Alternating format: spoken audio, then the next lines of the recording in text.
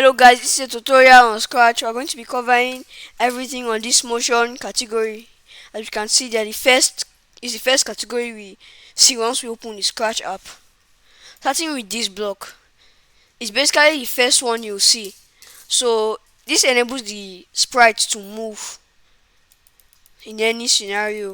You can also increase the speed just by typing random numbers. Like you can see now, if you tap it, it's almost out of the screen. You can always reduce this manually. Next, we have the turn degree button. These are basically the same thing, so you won't be focusing on the third one. You can change the direction to like a somersaulting. You know what I mean. So you can also change the speed at which it does that. 16. Let's try 80. Now it spins really fast, but if you try this turn 15 degrees, it will turn like in this direction, but way slower since I put 15.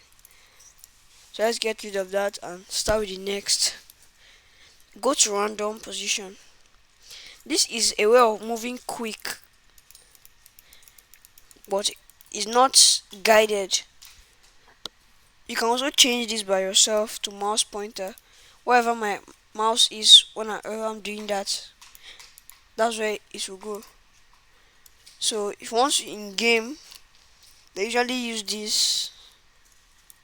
Let's try this code. When flag clicks, you can see that it always follows my mouse. You can also do that if there are more sprites. For instance, let's go to random position. Now you can see cat in her own, like so it could go to the cat. For this one, you can see ballerina, so it can go to the ballerina. So next, you can go to this. These are like the most, how do I put it, the easiest way to go to somewhere really quickly, just by setting the exact location and it will go there. Let's change direction a bit. Put it in a random place, and it's supposed to fall somewhere around here.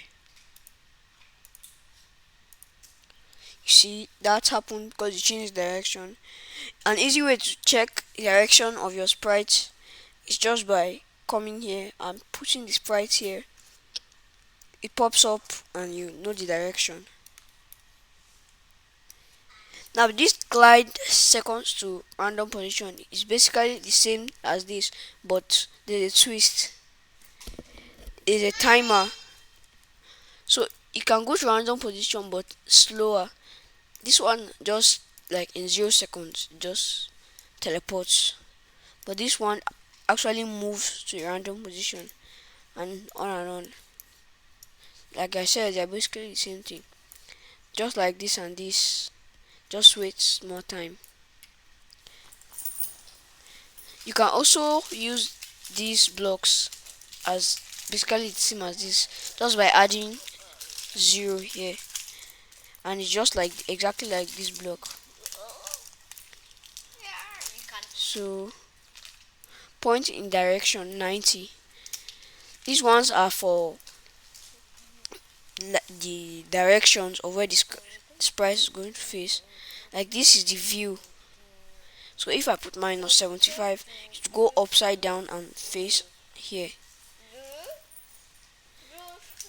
You can keep toying with this, and to go anywhere I put this direction.